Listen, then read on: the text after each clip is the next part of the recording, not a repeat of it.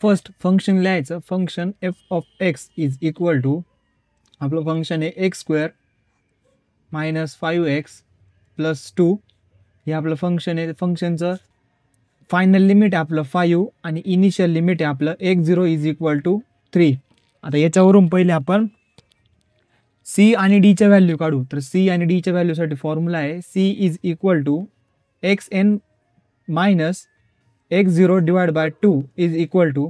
आता xn ची value 5 minus 3 divide by 2 is equal to 1. आता त्याच्यानंतर D is equal to xn plus x0 divide by 2 5 plus 3 divide by 2 is equal to 4. आता याच्यावरून एक्सच्या value काढायच्या. तर x1 is equal to C multiply by into the bracket 1 divide by root 3 plus 2 plus D. x1 is equal to C multiply by into the bracket 1 divide by root 3 plus D. आता याच्यात value टाकायच्या. x1 is equal to C ची value 1 multiply by 1 divide by root 3 plus D ची value 4. x1 येईल आपला x1 is equal to 4.577.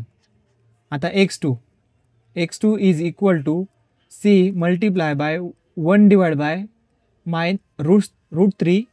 तर फक्त minus होईल आणि प्लस डी.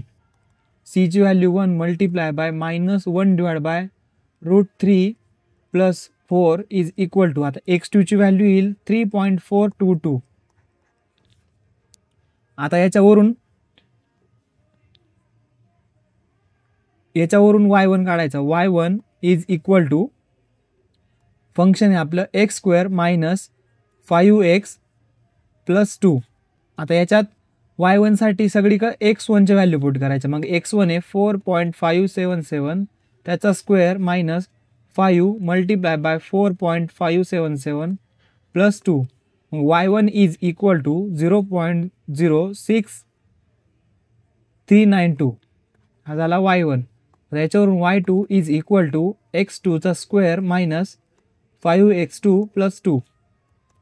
x2 ची व्हॅल्यू 3.422 त्याचा square minus 5 multiply by 3.422 plus 2 is equal to. मग y2 ची व्हॅल्यू येईल आपली minus 3.399.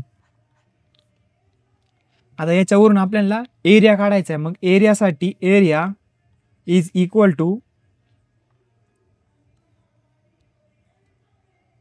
y1 plus y2 is equal to y1 ची व्हॅल्यू 0.06392 प्लस y2 ची व्हॅल्यू मायनस 3.399